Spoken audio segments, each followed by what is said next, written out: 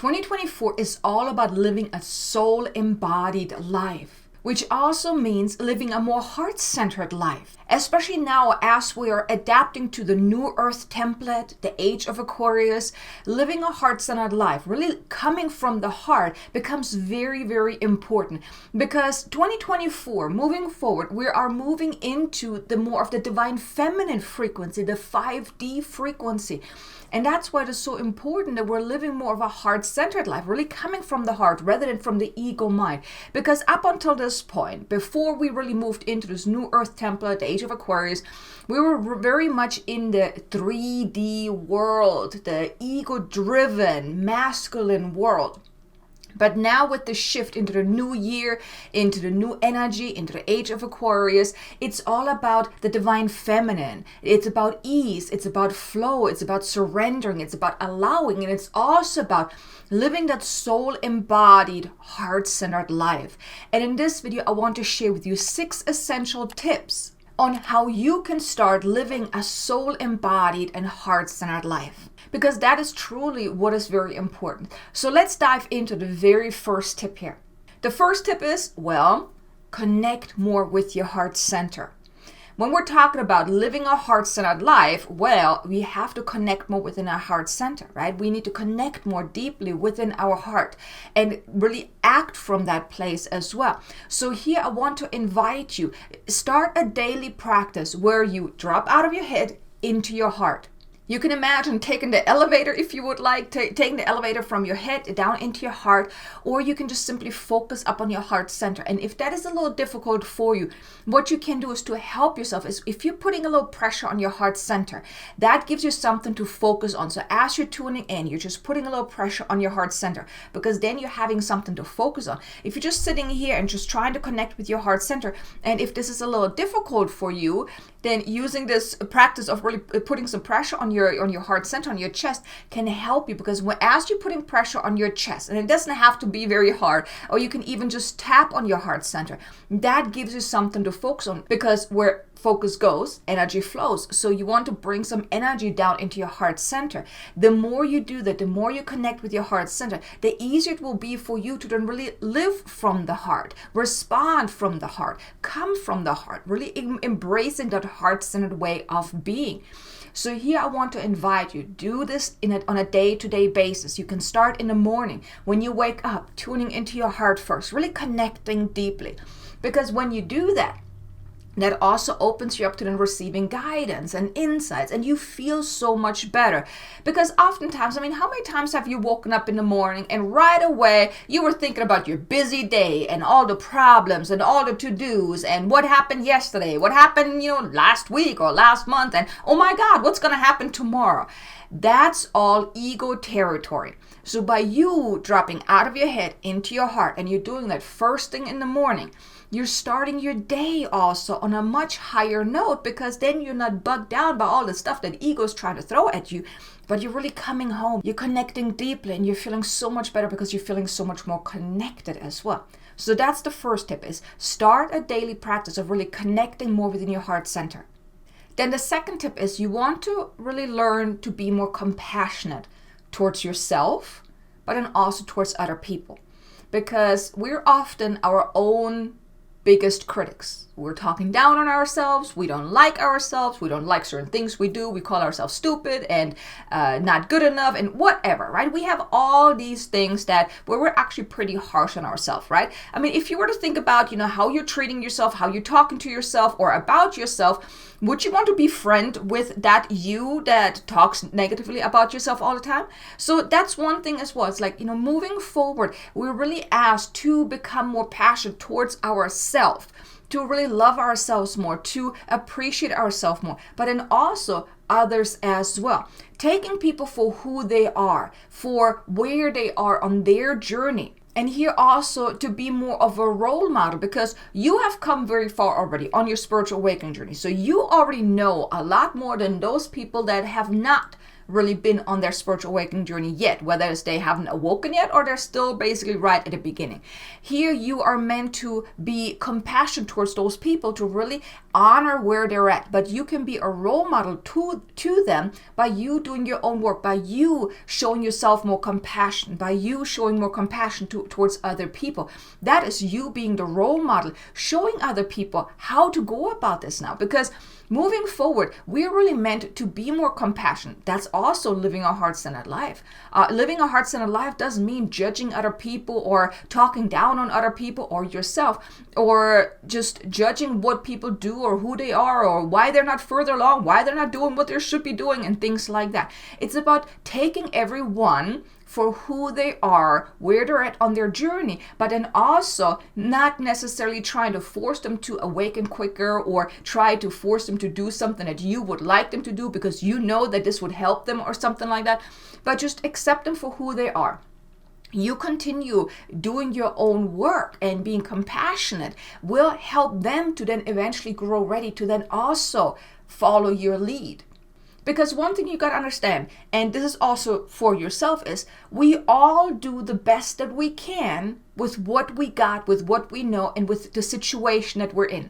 So you can't expect people to do more than what they're able to do. Same thing for you. You can't expect yourself to do more, to be more, to have more, to experience more, to do things a different way. If you, for one, you don't really know how, or you just don't have the resources, or you're just not able to do that. So by you being more compassionate towards yourself, and then also towards others, that also will help you uplift yourself as well and feel better, and you come more from the heart as well.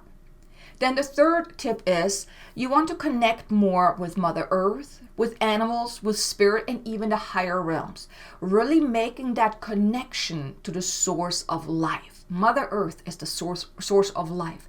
Connecting with animals, spirit, and the higher guides will help you make that connection. Moving forward, we are really moving into more of a spiritually aligned life as well. Spirituality and living more of a spiritual life will become very, very important moving forward as we're really embracing the 5D, the divine feminine energy. So you will see more people actually waking up too. And you too will continue waking up more. You will also feel called to really embrace your spiritual path even more. And by you connecting with Mother Earth, for one, it helps you to ground yourself, to get centered, to get present. By you connecting with animals, you're connecting with that life force energy. If you're connecting with spirit, with the higher realms, you always have a source for guidance, for insight, so you don't have to be all alone. And that also will then actually help you raise in vibration, raise in frequency, and raise your consciousness as well. Then the fourth tip is, and I kind of already alert on that, is to make your spirituality and mindfulness practices a daily practice and also a high priority. Because the more you connect, the more you ground yourself, the more you get centered, the more you uplift yourself, the more you will then shine your light, the more you will then raise in frequency as well, in vibration. And that's then also what helps you be more of a vibrational match to all the beautiful things you want to attract in your life, that you want to manifest in your life, that you want to experience in your life. So making your spiritual practice a daily practice and really a high priority is going to be key moving forward. Like I just mentioned, this year and then moving forward, spirituality is going to be very key, really diving more into your spiritual practices. More people are going to wake up, and you will feel then also that need, that drive to really focus on your spiritual practices. Because the more you connect, the more you do your spiritual practices, that also helps you really connect more within your heart. That also will help you live more of a soul-aligned and heart-centered life. Because the more you connect, the more you also open yourself up to the higher guidance. The more you open yourself up to soul's guidance, the more you actually are also in alignment with your soul. And here I want to mention a video. It's about living in alignment and how to really integrate spirituality into your daily life. I give some tips and some strategies of how to really do that. So the link is in the description below. So if you would like to, up your game as far as your spiritual practices, definitely check out that video. Then the fifth tip is you want to respond more rather than react. Because up until this point, that's what life was all about. It's about we're reacting to things that are happening outside of us. If something happens, there's often a reaction to whatever is happening in our life, right? Something says something, we're reacting to it. Like there's no time to think, we're just reacting. If someone does something, we're reacting to it. If something happens, we're reacting to it. Right? That's how things have been. That's how we have been conditioned.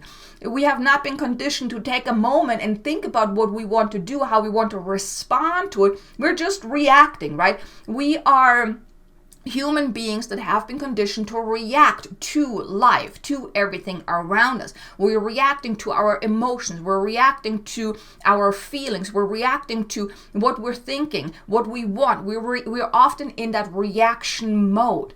But that reaction mode is most often driven by the ego, by limitation, by fears, by doubts, by worry, by our personality. And that often is not necessarily what is serving us. How many times have you reacted to something and you wished you wouldn't have? After the fact, you wish you wouldn't have said what you said. You wish you wouldn't have done what you did. You wish you would have did something different. How many times have you done that? Feel free to leave a comment below. Just take a wild guess. How many times have you done it? Just let's say in the last month. How many times have you done it? Or maybe the last week. Let's don't go that far.